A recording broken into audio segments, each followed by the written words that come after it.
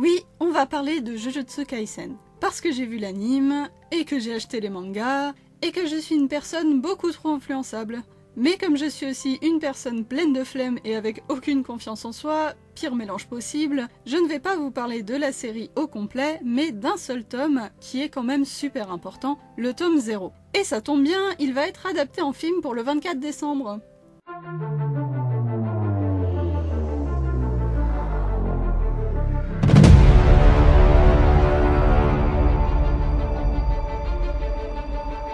Pour les connaisseurs, vous aurez remarqué que la date n'est pas choisie au hasard, puisque c'est aussi la date d'un événement majeur dans ce volume, qui se passe avant la série de base, c'est donc un préquel. Et oui, exit Itadori Yuji, Fushiguro Megumi et Kugisaki Nobara, et bonjour aux personnages secondaires qui deviennent centraux ici. Il faut savoir qu'à la base, Jujutsu Kaisen, l'école d'exorcisme de Tokyo, est la toute première parution de la série d'Akutami Gege, publiée dans le Shonen Jump mensuel. Mais suite au succès de ces 4 chapitres, il a été proposé à l'auteur d'enchaîner sur une parution hebdomadaire, et ainsi le volume relié est devenu un préquel, et plus du tout un one-shot pour notre plus grand bonheur. Donc cette histoire, qui est en fait la genèse de tout cet univers, va nous emporter dans le quotidien d'Okotsu Yuta, personnage principal ici, mais dont on ne connaît que le nom dans la série principale pour le moment, en tout cas dans l'anime et la parution française du manga. On retrouve dès le début un parallèle entre sa situation et celle d'Itadori plus tard, puisqu'Okotsu est visiblement condamné à mort dès la première page, avec son propre consentement cependant, ce qui en ferait plutôt un genre de suicide assisté, mais qui n'arrivera jamais car le meilleur personnage de la série, j'ai nommé Gojo Satoru, est encore là pour assurer les arrières du héros, avec tout de même plus d'efficacité qu'avec Yuji.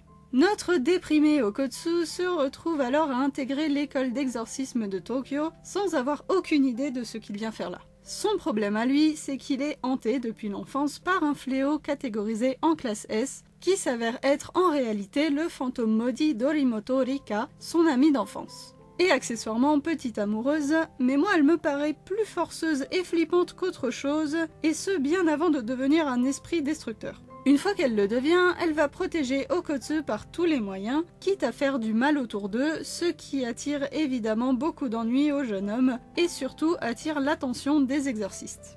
C'est ainsi qu'il finit dans la classe de première année de l'école, sous la supervision de Gojo et en compagnie de Zenin Maki, Panda et Inumaki Toge, que des têtes connues pour le spectateur et les lecteurs qui n'ont pas commencé avec ce tome 0. La première rencontre entre tout ce petit monde est plutôt tendue à cause de la présence maudite du nouvel arrivant, mais tout rentre dans l'ordre une fois les explications données à tout le monde. Ainsi commence l'entraînement d'Okotsu pour réussir à maîtriser les immenses pouvoirs de Rika, tout en découvrant tout cet univers fascinant d'exorcistes et de fléaux.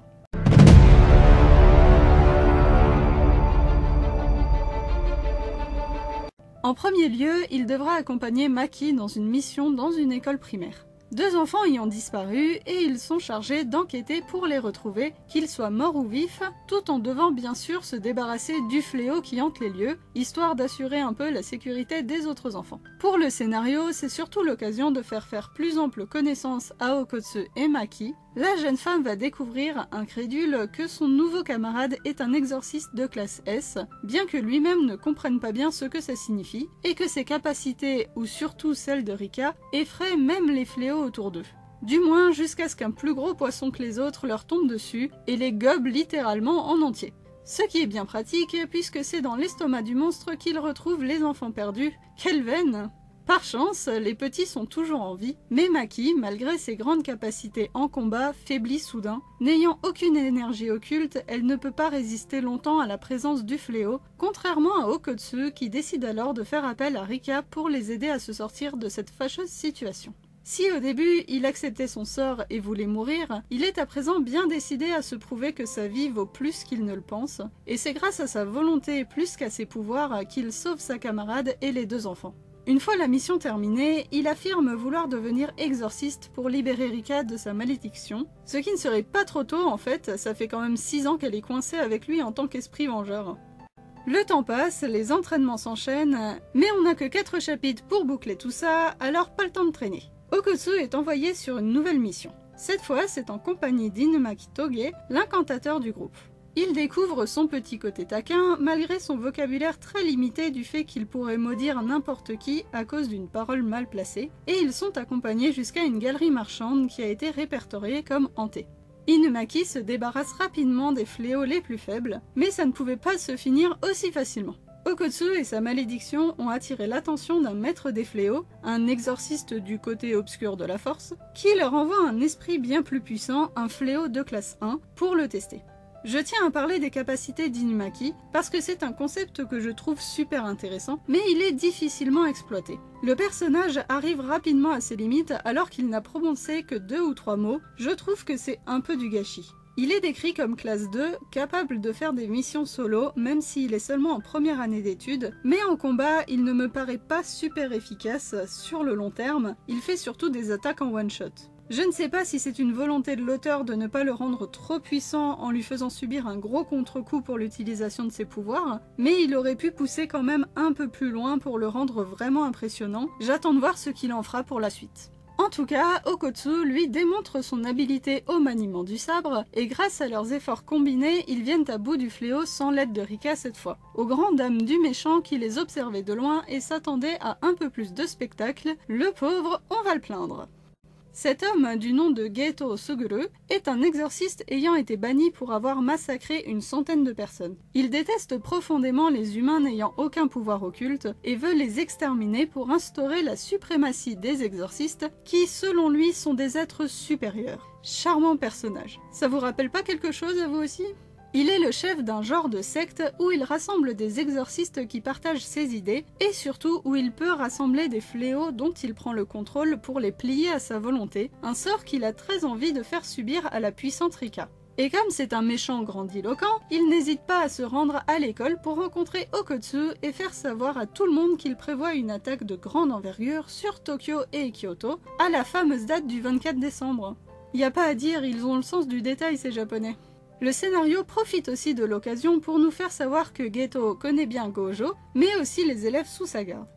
Suite à cette intrusion, tout est mis en œuvre pour se préparer à ce qui se présente comme une guerre entre exorcistes saupoudrée de fléaux, mais dont on ne verra rien car notre héros et ses petits camarades sont assignés à résidence. Coup de bol pour le lecteur, Geto n'a pas oublié son envie d'ajouter Rika à sa petite collection, et il profite que les adultes soient occupés ailleurs pour se rendre à l'école et s'en prendre en premier lieu à Maki, qui n'a pas de pouvoir occulte, rappelons-le, et qui n'est donc qu'une guenon aux yeux du maître des fléaux.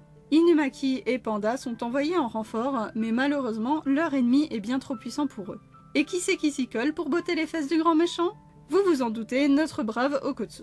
C'est là qu'on se rend compte des capacités hors normes de notre héros, capable de soigner ses camarades, d'emprunter leurs compétences, tout en ayant une énergie illimitée grâce à son fléau de compagnie. Mais on se rend aussi compte de sa relation plutôt tordue avec elle, quand il utilise son amour obsessionnel pour lui à son avantage, mais qu'il montre aussi beaucoup d'affection pour elle, malgré ce qu'elle est devenue, et qu'il promet de tout lui donner jusqu'à sa propre vie.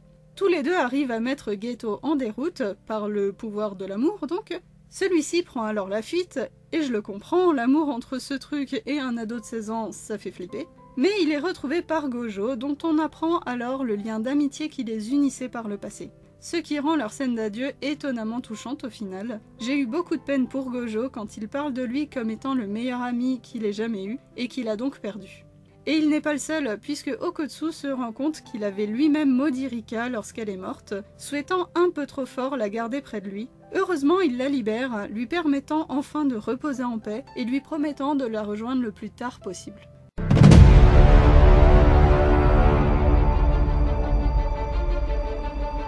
Ce tome 0 est le début d'une plus longue histoire, un préquel, mais il peut aussi être lu comme un one-shot, puisqu'au final, c'est plus sur l'histoire de Rika qu'on se concentre, et cette histoire-là a son début, son milieu, et surtout sa fin.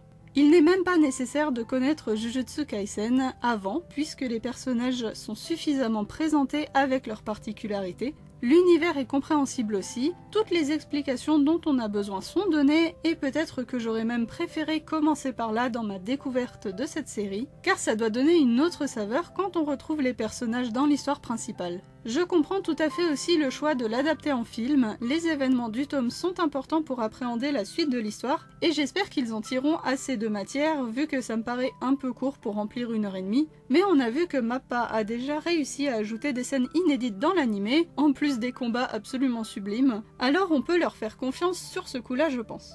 J'ai bien hâte de découvrir ce que ça va donner, en attendant prenez soin de vous et au plaisir de vous retrouver dans un autre coin de la chaîne.